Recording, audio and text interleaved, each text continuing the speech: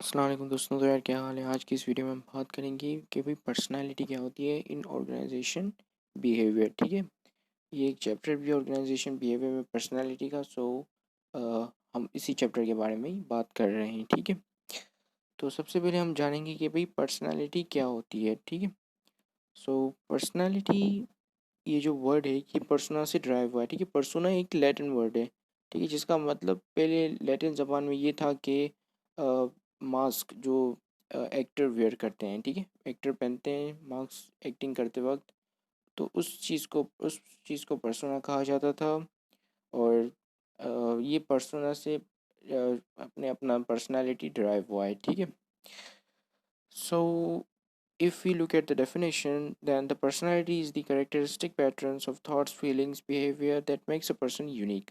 ठीक है, ये ओवरऑल करेक्टरिस्टिक होते हैं एक बंदे के, थॉट्स होते हैं, जिस तरह वो सोचता है, जिस तरह वो फील करता है।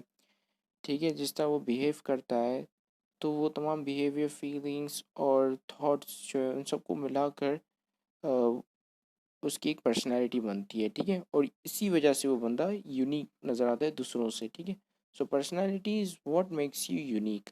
ये आपको दूसरों से यूनिक बनाती है कि आप यूनिक किस सेंस में है। जैसे एक घर में दो सिबलिंग्स होते हैं, हालांकि वो सिबलिंग्स हैं, लेकिन उनका दिमाग और पर्सनैलिटी बिल्कुल डिफरेंट होती है। ठीक है, और वो बिहेव भी बिल्कुल ही डिफरेंट करते हैं। ठीक है, सो दैट इज़ पर्सनैलिटी।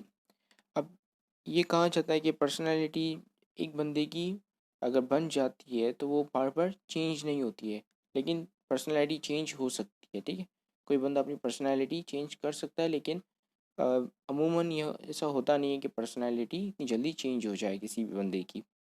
ठीक है, सो अब हम डिटर्मिनेंट्स की बात करते हैं। ठीक है, पर्सनैलिटी, एक बंदे की पर्सनैलिटी कैसे बनती है। ठीक है, तो सबसे पहली चीज़ हेरिडिटी। ठीक है, हेरिडिटी कहते हैं जो कि जेनेटिकली बनती है। ठीक है, यानी कि जो वो नहीं कहते हैं कि you have take after this smile from your father.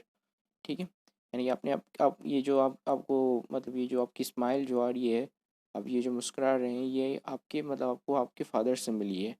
ठीक है, सो पर्सनैलिटी भी कभी ये होता है कि अगर जैसे हमारे ख़ानदान में कोई दादा या फादर, उन्हें वो शॉर्ट टेम्पर थे और उनका बेटा भी शॉर्ट टेम्पर है, तो ये पर्सनैलिटी ड्राइव होती है, जेनेटिकली भी ये ड्राइव होती है। ठीक है, दूसरा सिचुएशन के ऊपर बेस्ड होती है। ठीक है, कुछ बंदे को नॉर्मली वो लोग शॉर्ट टेम्पर्ड नहीं होते हैं, इनके गुस्सा उनको नहीं आता। ठीक है, वो काफ़ी लो टेम्पर होते हैं, लेकिन बाज़ औक़ात कोई ऐसी सिचुएशन आ जाती है जिसमें उनकी पर्सनैलिटी चेंज हो जाती है और वो शॉर्ट टेम्पर्ड हो जाते हैं, उन्हें गुस्सा आ जाता है। ठीक है, या बाज़ औक़ात ऐसा होता है कि कुछ लोग किसी जगह पर ज़्यादा बातें करते हैं, किसी जगह पर नहीं करते हैं। फॉर एग्ज़ाम्पल क्लास में जब बैठे हुए हैं तो वो लोग वो स्टूडेंट्स जो हैं वो एक दूसरे से बात वगैरह नहीं कर रहे हैं, और वो बिल्कुल मतलब उनकी बिल्कुल पर्सनैलिटी चेंज हुई है। जबकि अगर उनको कैफ़ेटेरिया में देखो, वही स्कूल के कैफ़ेटेरिया में, तो वो सबसे मज़ाक मस्तियाँ भी कर रहे हैं, बात भी कर रहे हैं। ठीक है, सो पर्सनैलिटी सिचुएशन के ऊपर डिपेंड करती है। ठीक है, अब दूसरी चीज़ इन्वायरमेंट। ठीक है, इन्वायरमेंट से भी पर्सनैलिटी डेवलप होती है। वो जो बंदा जिस जगह पर रहता है, जिस इन्वायरमेंट में रहता है और जिस इन्वायरमेंट में वो ग्रो करता है, तो उस इन्वायरमेंट का, उसके सराउंडिंग्स का उसके ऊपर काफ़ी असर आता है, उसके पर्सनैलिटी के ऊपर काफ़ी इन्फ्लुएंस होता है, और उसकी पर्सनैलिटी वही इन्वायरमेंट ही बनाता है। ठीक है, so these are the determinants of personality. अब हम बात करते हैं कि हम ये पर्सनैलिटी क्यों पढ़ रहे हैं। ठीक है, so it is helpful in hiring decisions. ठीक है, ये ह्यूमन रिसोर्स मैनेजर्स के लिए या ह्यूमन रिसोर्स मैनेजमेंट के लिए ऑर्गेनाइजेशन बिहेवियर काफ़ी हद तक उनकी हेल्प करता है ये जानने में कि कौन सा बंदा कहाँ पे ज़्यादा फिट रहेगा। ठीक है, उसकी पर्सनैलिटी कहाँ पर किस काम में ज़्यादा मैच करेगी। ठीक है, तो ये फिट ढूंढने के लिए, पर्सनैलिटी फिट होने के लिए उसके वर्क के साथ ये लोग मतलब ऑर्गेनाइजेशन बिहेवियर का पढ़ना लाजमी होता है। ठीक है, ताकि अ, अगर आपको पता चले कि वो बंदा इंटरव्यू के वक्त कि वो बंदा एक्सट्रोवर्ट है। ठीक है, यानी कि किसी से सबसे ज़्यादा बातें करता है और सबसे घुल मिल जाता है, तो आप उसको ऐसे प्रोजेक्ट्स में लगाओगे जिसमें टीम वर्क की ज़रूरत हो। ठीक है, अगर आपको पता चला कि वो बंदा इंट्रोवर्ट है, ठीक है, तो आप क्या करोगे, उस बंदे को ऐसा काम दोगे जो कि इंडिविजुअल बेस पे होता है, ठीक है, यानी कि अकेला बंदा वो काम करता है तो वो अकेला बंदा काम करेगा, ठीक है। सो हम पर्सनालिटी इसीलिए ही पढ़ते हैं ऑर्गेनाइजेशन बिहेवियर में, ताकि हायरिंग के वक्त हमें पता चल जाए कि जिस बंदे को हम हायर कर रहे हैं उसकी पर्सनालिटी कौन सी जॉब के हिसाब से मैच करेगी, ठीक है। Now what is personality traits, ठीक है। पर्सनालिटी ट्रेट्स को हम अगर दूसरा नाम लें तो ये पर्सनालिटी टाइप भी हो सकते हैं, ठीक है। इट इज़ दी क्वालिटी और characteristic of a person that distinguished him और हर फ्रॉम others, ठीक है, others personality traits can also be called as personality type, like some people are introvert and some are extrovert, so that is their personality type, ठीक है। personality traits basically personality type होती है जो कि बंदे की क्वालिटीज या characteristics होते हैं जो उसको दूसरों से अलग करते हैं, ठीक है, दूसरों की पर्सनालिटी से या दूसरों से अलग अलग करते हैं, ठीक है। सो उसको यूजुअली हम पर्सनालिटी टाइप्स भी बोलते हैं, ठीक है, कि किस बंदे की पर्सनालिटी टाइप डिफरेंट होती है, किसकी क्या पर्सनालिटी टाइप होती है। कुछ इंट्रोवर्ट्स होते हैं, कुछ बंदे एक्सट्रोवर्ट्स होते हैं, कुछ ज़्यादा वर्कोहॉलिक होते हैं, कुछ इतने वर्कोहॉलिक नहीं होते हैं, ठीक है, कुछ केयरलेस होते हैं, कुछ बहुत ही केयरफुल होते हैं, कुछ जो है वो वर्क ओरिएंटेड होते हैं, कुछ डिटेल ओरिएंटेड होते हैं, ठीक है। तो अम, ये होती हैं पर्सनालिटी ट्रेट्स, ठीक है। अब दूसरी बात ये कि हम ऑर्गेनाइजेशन बिहेवियर इसीलिए भी पढ़ते हैं ताकि हम लोगों को या अपने एम्प्लॉयज़ को फुली जॉब से सेटिस्फाई कर सकें, ठीक है, ताकि जॉब सेटिस्फेक्शन अचीव हो उन लोगों की, इसलिए भी हम ऑर्गेनाइजेशन बिहेवियर पढ़ते हैं, ठीक है। तो पर्सनैलिटी ट्रेट जाने के लिए हम मतलब किसी भी पर्सनैलिटी को डिस्क्राइब करने के किसी भी पर्सनैलिटी ऑफ अ पर्सन को डिस्क्राइब करने के लिए हमारे पास दो तरीके होते हैं। एक होता है मेयर्स ब्रिज टाइप इंडिकेटर, ठीक है, Myers Briggs Briggs type indicators MBIT, और दूसरा होता है बिग फाइव मॉडल, ठीक है, जिसको हम ओशन मॉडल भी कहते हैं। तो सबसे पहले हम मेयर्स ब्रिग टाइप इंडिकेटर्स को पढ़ेंगे, ठीक है, MBTI को पढ़ने वाले हैं। सो MBTI कहता है कि ये 100 क्वेश्चन का टेस्ट होता है which identify people into 1 to 16 personality. This test mostly ask the participants how they feel और act to a particular situation, ठीक है। ये एक टेस्ट होता है, एक सर्वे की तरह होता है, टेस्ट होता है जो लोग जब देते हैं तो उस टेस्ट के हिसाब से हमें पता चल जाता है कि वो लोग कि उन लोगों की क्या पर्सनालिटी है, ठीक है। सो ये इस टेस्ट में मोस्टली ये चीज़ें पूछी जाती हैं कि वो बंदा इस सिचुएशन में किस तरह रिएक्ट करेगा। डिफरेंट सिनेरियोज दी जाती हैं, डिफरेंट सिचुएशंस दी जाती हैं, उनके बेसिस पे वो डिटरमाइन करते हैं कि वो बंदा ने किस तरह बिहेव करना है, या उस बंदे की पर्सनालिटी टाइप क्या है, या उस बंदे की पर्सनालिटी ट्रेट क्या है, ठीक है। तो इसमें में से तो 16 पर्सनालिटी टाइप्स होती हैं, लेकिन अब हम सिर्फ 8 इम्पोर्टेंट वाली पढ़ने जा रहे हैं, ठीक है।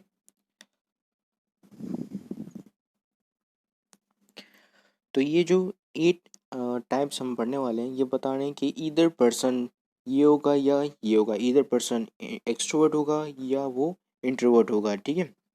अब ऐसा हो सकता है कि वो बंदा एक्सट्रोवर्ट के साथ सिंसियर हो या इंट्यूटिव हो, ठीक है, या वो एक्सट्रोवर्ट हो, इंट्यूटिव हो, थिंकर हो, और उसके साथ वो जजर मतलब वो जजिंग में भी आता हो, जजर्स भी हो, ठीक है। सबसे पहले हम बात करते हैं कि भाई एक्सट्रोवर्ट और इंट्रोवर्ट की, ठीक है। सो एक्सट्रोवर्ट्स वो लोग होते हैं जो अम, वो कुछ ज़्यादा ही बातें वगैरह करते हैं, ठीक है, काफ़ी टॉकटेटिव होते हैं, काफ़ी सोशल होते हैं, ठीक है, और उनको सोशल गैदरिंग वगैरह में बैठने में बहुत ही मज़ा आता है, ठीक है, और वो मल्टीटास्किंग होते हैं और काफ़ी स्किल्ड होते हैं इन कम्युनिकेशन में, ठीक है। अब इसका अपोजिट इंट्रोवर्ट्स, ठीक है। अब इंट्रोवर्ट्स वो होते हैं जो काफ़ी मतलब किसी से बात नहीं करते हैं, ठीक है, अपने अपने अपनी दुनिया में गुम होते हैं, ठीक है। ऑफन लाइक वर्किंग अलोन और in a small groups, prefer a more deliberate pace and like to focus on one task at a time। ठीक है, ये इंट्रोवर्ट वो लोग होते हैं जो काफ़ी मतलब अकेले बैठना पसंद करते हैं, और अगर और अकेला काम करना पसंद करते हैं, और अगर वो उनको किसी और के साथ काम करेंगे भी तो काफ़ी स्मॉल ग्रुप्स में काम करेंगे। ठीक है, उनको ज़्यादा गैदरिंग में मज़ा नहीं आता है इंट्रोवर्ट्स लोगों को। ठीक है, इसके अलावा वो एक टास्क पे फोकस करेंगे, ये मल्टीटास्किंग नहीं होते, जबकि एक्सट्रोवर्ट लोग जो हैं वो मल्टीटास्किंग होते हैं। ठीक है, अब हम यहाँ पर अब सिंसियर और इनिशिएटिव देखते हैं। ठीक है, कि ये लोग कौन होते हैं। ठीक है, अब sincere are realistic people who live to focus on the facts in detail and apply common sense and past experience to come up with practical solution to a problem। अब सिंसियर वो लोग होते हैं जो काफ़ी orderly होते हैं। ठीक है, वो अपने पास्ट एक्सपीरियंसेस और डिटेल को देखते हैं और उसके हिसाब से डिसीशंस वगैरह लेते हैं। ठीक है, और वो कॉमन सेंस वगैरह अप्लाई करते हैं। अब इंट्यूटिव वो लोग होते हैं जो काफ़ी अनकॉन्शियस होते हैं और वो गट फीलिंग पे काम कर रहे होते हैं, अपनी गट फीलिंग पे डिसीशंस ले रहे होते हैं। ठीक है, they prefer to focus on possibilities and big picture, easily see patterns, value innovation and seek creative solutions to problems। ठीक है, ये काफ़ी इनोवेटिव होते हैं, हर पॉसिबिलिटीज़ को देखते हैं। ठीक है, और अपनी गट फीलिंग पे ज़्यादा फोकस करते हैं। इसके अलावा वो क्रिएटिव सॉल्यूशंस वगैरह लेकर आते हैं किसी भी प्रॉब्लम की। ठीक है, अब हम देखेंगे यहाँ पर थिंकर्स एंड फीलर्स। ठीक है, अब थिंकर्स वो होते हैं जो लॉजिकल रीजनिंग का इस्तेमाल करते हैं, लॉजिक का इस्तेमाल करते हैं किसी भी डिसीशंस को लेते हुए। ठीक है, अब tends to make decisions using logical analysis, objectively weight pros and cons and value honesty, consistency and fairness. ठीक है, अब ये देखते हैं कि पहले तो लॉजिकल रीजनिंग लगाते हैं, लॉजिकल एनालिसिस करते हैं। ठीक है, उसके बाद वो देखते हैं कि वेटेज लगाते हैं। ठीक है, वेटेज लगाते हैं उनके प्रोस और कॉन्स पे। ठीक है, अगर मैं ये डिसीजन लेता हूँ तो उसके क्या क्या नुकसान हो सकते हैं।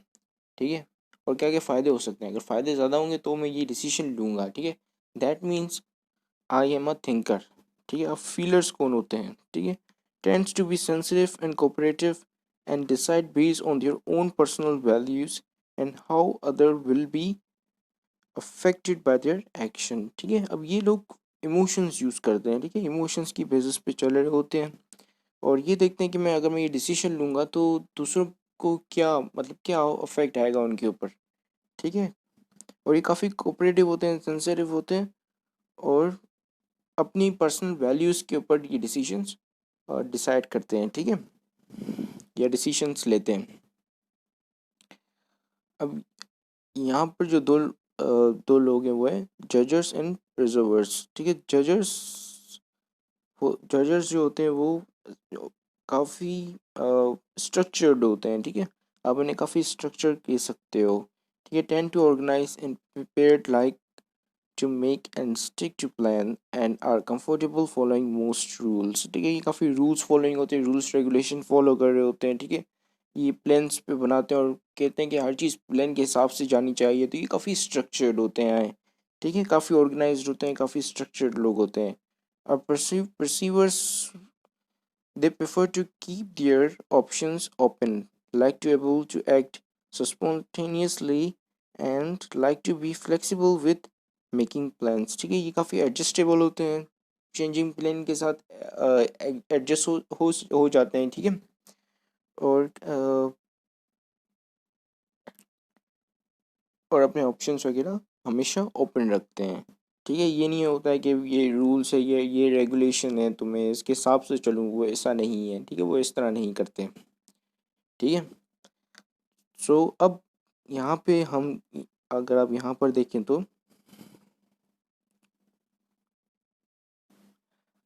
अब ये जो चार्ट आप देख रहे हो इसमें कोड दिए गए हैं, जैसा आप ऊपर देख रहे हो कि ISTJ, ठीक है, ISFJ और INFJ, ठीक है। सो ये बता रहे हैं कि अगर बंदा आई का मतलब इंट्रोवर्ट, एस का मतलब सेंसर, टी का मतलब थिंकर और जे का मतलब जजर, ठीक है। अगर ये बंदा इंट्रोवर्ट, सेंसर, थिंकर और जजर है तो वो कैसा होगा, ठीक है।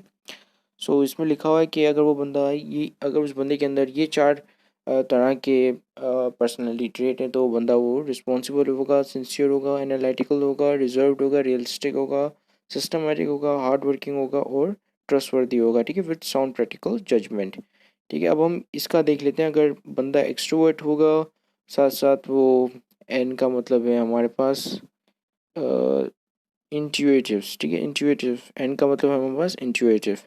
अगर वो बंदा इंट्यूटिव होगा, थिंकर होगा और उसके अलावा पी का यहाँ पर मतलब है पर्स प्रिसाइज प्रिसाइवर्स, सॉरी प्रिसाइवर्स, ठीक है।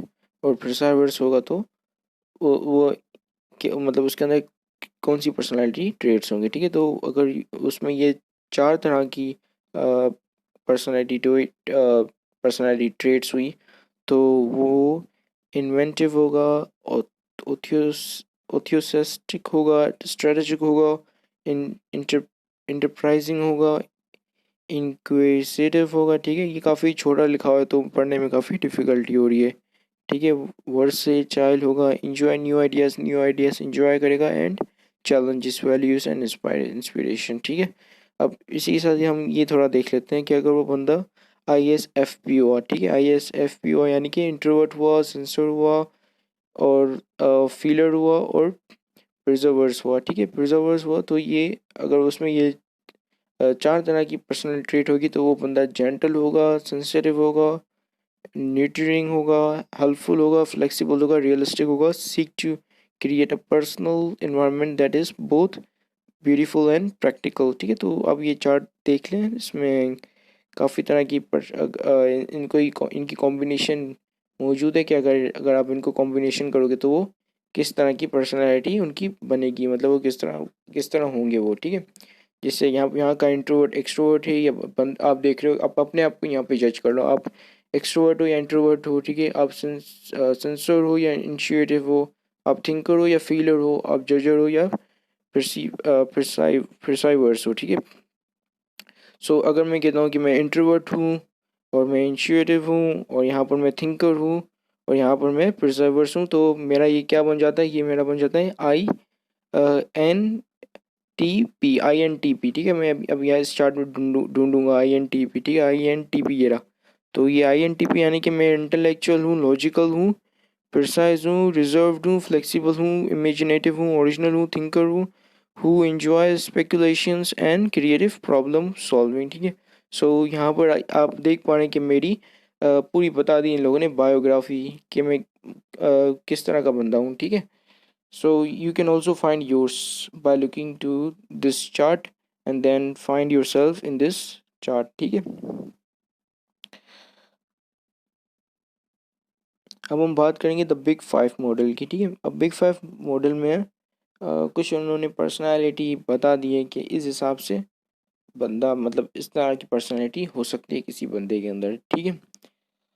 सो सबसे पहले ओपननेस, ठीक है। Openness to new experience, experience का मतलब है कि ऐसा बंदा जो मतलब ऐसे बंदे की पर्सनैलिटी जो काफ़ी इमेजिनेटिव हो, आर्टिस्टिक हो और इंटेलेक्ट हो, ठीक है। और वो नए एक्सपीरियंस को मतलब नए एक्सपीरियंस को टेक करने में उसे कोई दिक्कत ना है, ठीक है। वो मतलब वो नई नई चीज़ें सीखना चाहता हो, नई नई चीज़ें अप्लाई करना चाहता हो, ठीक है। और नए नए कुछ लोग होते हैं ना, कहते हैं कि भाई जो नई नई नई चीज़ें होती है या कोई खाने को ही देख लिया, कोई नया खाना आता है तो वो उन्हें ट्राई करना नहीं चाहते हैं। लेकिन जिस बंदे में ओपिनियंस टू एक्सपीरियंस वाली पर्सनैलिटी होगी वो हमेशा नई नई चीज़ें ट्राई करेगा, ठीक है। दूसरी यहाँ पे आ जाता है हमारे पास कॉन्सेंट्यूनियस, ठीक है। कॉन्साइंट्यूनियस, कॉन्सेंट्यूनियस का मतलब वो बंदा है जो काफ़ी वेल ऑर्गेनाइज्ड हो, रिस्पॉन्सिबल हो, ठीक है। और वो अपने सेल्फ कॉन्शियस से अवेयर हो, ठीक है। फिर आता है हमारे पास एक्स्ट्रावर्जन यानी कि वो यही वही जो एक्स्ट्रोवर्ट हैं, ठीक है, जो काफ़ी टॉकटेटिव है और असर्टिव है, सोशलेबल हैं। फिर आता है हमारे पास एग्रीएबलनेस, ठीक है। अब ये वो बंदे होते हैं जो काफ़ी काइंड होते हैं, जल्दी एग्री कर जाते हैं और काफ़ी बहस वगैरह नहीं करते हैं, ठीक है। So agreeable this type describes someone who is easy to get agreed on something or cooperative, usually good in nature as well as trusting। ये trusting होते हैं, good होते हैं नेचर में, cooperative होते हैं, ठीक है, और काफ़ी मतलब आसानी से एग्री कर जाते हैं। फिर आते हैं हमारे पास न्यूरोटिज्म, ठीक है। न्यूरोटिज्म ये कहते हैं, इसको कहते हैं इमोशनल स्टेबिलिटी या डिसस्टेबिलिटी, ठीक है। अब ये लोग अगर इनके पास अगर इनका बेसिकली इनका लेवल होता है, ठीक है, वो कितने लेवल पे, on which level they are open to experience, on which level they are extroversion, extroversion का क्या लेवल है उनका, ठीक है। ये हम लोग यहाँ पर बिग फाइव मॉडल में हम लेवल की बात करते हैं, ठीक है। सो न्यूरोटिज्म का क्या लेवल है कि, ठीक है, इधर वो बंदा न्यूरोटिज्म में वो डिसस्टेबिलिटी के पास है या स्टेबिलिटी के पास है, ठीक है।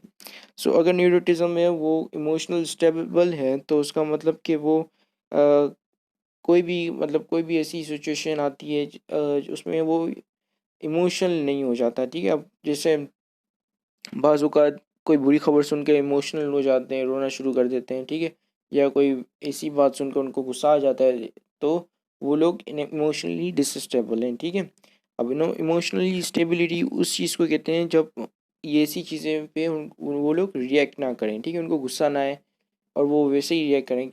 अब इमोशनल स्टेबिलिटी इसलिए इम्पोर्टेंट होती है कि ये टफ डिसीजन लेने में काफ़ी काम आती है, या जो डिलेमास होते हैं ना, जैसे वो काफ़ी जो टफ डिसीजंस होते हैं, जहाँ पे आप अल्टरनेटिव और उसमें जो आपका जो डिसीजन है उसमें आप डिफरेंशिएट नहीं कर सकते हो, कर पाते हो, और आपको चॉइस करने में काफ़ी दिक्कत होती है, तो इस तरह की सिचुएशन में इमोशनल स्टेबिलिटी चाहिए होती है, ठीक है। अब हम इनके लेवल देखेंगे, ठीक है। अब कॉन्सेंट्रेशनेस का लेवल अगर वो काफ़ी अगर हाई है, यहाँ पे ये सारे हाई वाले हैं, ठीक है, और यहाँ पर वो सारे अगर लो वाले हैं। अगर इन कॉन्सेंट्रेशनेस का लेवल अगर हाई है तो वो बंदा ऑर्गेनाइज्ड होगा, केयरफुल होगा, डिसिप्लिन्ड होगा, ठीक है। अगर लो है तो वो डिसऑर्गेनाइज होगा, केयरलेस होगा और इम्पल्सिव होगा, ठीक है। इम्पल्सिव कहते हैं वो बंदा जो कि प्लान नहीं करता और ऑन द स्पॉट डिसीजंस लेता है, ठीक है। सो हमेशा वो बंदा अच्छा होता है जो प्लान मैनर से जाता है, ठीक है। अगर अब हम देखते हैं एग्रीएबलनेस का, अगर एग्रीएबलनेस में वो काफ़ी मतलब हाई की साइड पे बंदा है, काफ़ी एग्रीएबलनेस में उसका लेवल काफ़ी हाई है, तो वो सॉफ्ट हार्टेड होगा, ट्रस्टिंग होगा और हेल्पफुल होगा। लेकिन अगर उसका एग्रीएबलनेस में उसका लेवल लो है, यानी कि वो बात बात पे एग्री नहीं करता, सो वो रुथलेस होगा, सस्पिशियस होगा और अनकोऑपरेटिव होगा, ठीक है। इसी के साथ ही न्यूरोटिज्म न्यूरोटिज्म न्यूरोटिसिज्म में इमोशनली स्टेबिलिटी वर्सेस इनस्टेबिलिटी देखते हैं, ठीक है। अगर वो इमोशनली स्टेबल है तो काफ़ी काम होगा, सिक्योर होगा और सेल्फ सेटिस्फाइड होगा, ठीक है। अगर वो इनस्टेबल है सो वो एंग्शियस होगा, इनसिक्योर होगा और सेल्फ फीलिंग होगा, ठीक है। इसी तरह ये ओपननेस टू एक्सप्रेशन का लेवल अगर उसका हाई है तो वो इमेजिनेटिव होगा, प्रेफरेंस फॉर वैरायटी, उनकी वैरायटी के ऊपर मतलब प्रेफरेंस होगी और इंडिपेंडेंट होगा। लेकिन अगर उसका ओपननेस टू एक्सपीरियंस पे अगर उसका लेवल लो होगा तो वो पार्टिकल होगा, preference for routine and conforming होगा, ठीक है। इसी के साथ ही अगर वो एक्सट्रोवर्जन का उसका लेवल हाई होगा तो वो सोशेबल होगा, फन लविंग होगा, लेकिन अगर लेवल लो हुआ तो वो रिटायरिंग होगा और सोबर होगा, ठीक है। सो लेट्स इनको ओशन मॉडल भी कहते हैं, ठीक है। ओशन मॉडल इसलिए कहते हैं क्योंकि O for openness to experience, C for conscientiousness, E for extroversion, A for agreeableness, and N for neuroticism। अब हम बात करेंगे मेजर पर्सनालिटी एट्रीब्यूट्स की जो कि ऑर्गेनाइजेशन बिहेवियर को इन्फ्लुएंस करती है, ठीक है। तो सबसे पहले आता है हमारा लोकस ऑफ कंट्रोल, ठीक है। Locus of control is a psychological concept that refers to low strongly people believe they have control over situation, ठीक है। ये बेसिकली डिग्री बताता है कि कितने बंदे प्रेफर करते हैं कि वो मतलब कितने बंदे ये सोचते हैं या ये बिलीव करते हैं कि वो सिचुएशन को कंट्रोल कर सकते हैं, ठीक है। And experience affects their life और ये मतलब और कितने लोग हैं जो ये सोचते हैं कि हम सिचुएशन को कंट्रोल नहीं कर सकते हैं, और जो दूसरी चीज़ें हैं अफेक्ट करती हैं हमारी लाइफ पर, हम उनको भी कंट्रोल नहीं कर सकते हैं, ठीक है। जैसे वो फेथ है, अब वो कहते हैं कि भाई ये फेथ है, ये होना है तो होना है, ठीक है। अब इनकी जो टाइप होती है वो एक होती है इंटरनल लोकस ऑफ कंट्रोल, ठीक है। इंटरनल लोकस ऑफ कंट्रोल यानी कि वो सोचते हैं कि everything is in our control, जो भी होता है वो हमारे ऊपर हमारी वजह से होता है। अगर हम इस तरह एक्ट करते हैं कि हमें इन रिटर्न ये चीज़ हमारे ऊपर आती है, ठीक है, तो वो अपने आप को रिस्पॉन्सिबल ठहराते हैं जो भी इनके साथ होता है। अब दूसरे आते हैं एक्सटर्नल लोकस ऑफ कंट्रोल, ठीक है। अब ये कहते हैं कि जो भी हैपन हुई जो भी चीज़ें मेरे साथ हुई हैं वो एक्सटर्नल फैक्टर्स की वजह से हुई हैं, ठीक है। अब मेरा कोई कंट्रोल नहीं है उन पर। अब जैसे मैं कहता हूँ कि मैं पढ़ नहीं सका क्योंकि लाइट नहीं थी, ठीक है, तो so that mean external locus of control, ठीक है। मैं मतलब ये समझता हूँ, ये बिलीफ रखता हूँ कि कुछ ऐसे फैक्टर्स हैं जिनका मैं रिस्पॉन्सिबल नहीं, ठीक है। सो ये था हमारा लोकस ऑफ कंट्रोल। फिर आता है हमारा मिशावेलिज्म, ठीक है, लियनिज्म। मिशावेलियनिज्म in psychology refers to a personality trait which sees a person or focused on their own interests. They will manipulate, deceive and exploit other to achieve their goals. अब ये goal oriented बंदे होते हैं, ठीक है। इनकी पर्सनैलिटी काफ़ी गोल oriented होती है। They just want to achieve their goals no matter what. उनके लिए मतलब वो ये इम्पोर्टेंट नहीं होता कि वो किस तरह वो चीज़ अचीव करें, उनको बस अचीव करनी होती है। चाहे फिर वो अच्छी मीन से अचीव की जाए, ठीक है, हॉनेस्ट वे में अचीव की जाए, या तो फिर वो डिसऑनेस्ट वे में अचीव की जाए, ठीक है। या तो फिर उनको अगर किसी को मैनिपुलेट करना पड़े, ठीक है, किसी को उनको धोखा देना पड़े तो वो देंगे अपने गोल को अचीव करने के लिए, ठीक है। तो ऐसे लोग काफ़ी ख़तरनाक होते हैं। अब दूसरी पर्सनैलिटी ट्रेट आती है हमारे पास नार्सिसिस्टिक, ठीक है। नार्सिसिस्टिक वो लोग होते हैं जो कि सेल्फ ऑब्सेस्ड होते हैं, ठीक है। सेल्फ ऑब्सेस्ड होते हैं, अपने आप को काफ़ी वर्दी समझते हैं, सेल्फ वर्दी समझते हैं, अपने आप को काफ़ी सुपीरियर समझते हैं दूसरों के ऊपर, ठीक है। जैसे जर्मन में जो नाजी लोग थे वो काफ़ी अपने आप को सुपीरियर समझते थे, ठीक है, दूसरों से। So these are the narcissistic personality, ठीक है ना। Persons with the narcissistic personality disorder have an exaggerated sense of self-worth. They lack empathy and are hypersensitive to the evaluation of others. They believe that they have the inalienable right to receive special considerations and that their desire is justifications to possession whatever they seek, ठीक है। So again वो काफ़ी self obsessed होते हैं, ठीक है। और वो समझते हैं कि उनको वो डिज़ायर करते हैं अच्छी ट्रीटमेंट, और वो समझते हैं कि जो भी चीज़ वो कहते हैं मतलब चाहते हैं वो चीज़ होनी चाहिए, ठीक है।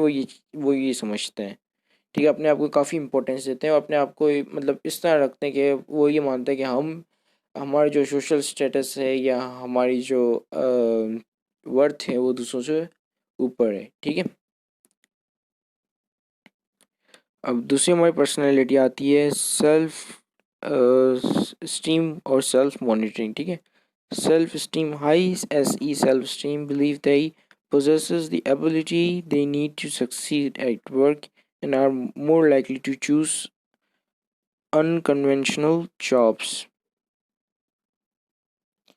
अब ये वो लोग होते हैं जो अपने आप को कुछ ज़्यादा ही कुछ ज़्यादा ही समझते हैं कि हम काफ़ी रिस्पेक्टफुल हैं, ठीक है। So these are the person who like themselves very much, ठीक है। और वो समझते हैं कि हमारे पास ये एबिलिटी है कि पैसा कमाने की या सक्सेस हासिल करने की वर्क में, ठीक है। तो वो लोग जो है वो अनकन्वेंशनल जॉब की तरफ बहुत ही कम जाते हैं, ठीक है। जो कि वो जो ब्लू कलर लोग करते हैं, ठीक है, जैसे झाड़ू मारना होगा, पोछा, ठीक है, सफाई वगैरह का काम। सो ऐसे काम की तरफ काफ़ी कम जाते हैं क्योंकि वो कहते हैं कि हमारी जो इसमें सेल्फ रिस्पेक्ट जो है वो कम हो जाएगी, ठीक है। सो वो अपनी सेल्फ रिस्पेक्ट काफ़ी मतलब समझते हैं कि हमारी बहुत ही सेल्फ रिस्पेक्ट है और काफ़ी मैटर करती है उनके लिए उनकी सेल्फ रिस्पेक्ट। ठीक है, अब फॉर एग्जांपल वो लोग काफ़ी मतलब जल्दी ऑफेंड भी हो जाते हैं, क्योंकि कोई अगर उनसे कोई बात कहता है तो वो समझते हैं कि उनकी सेल्फ रिस्पेक्ट को या सेल्फ स्टीम को हर्ट हुआ है। ठीक है, अब self monitoring, individual high on this show more adjustability in adopting their behavior to external situation factors।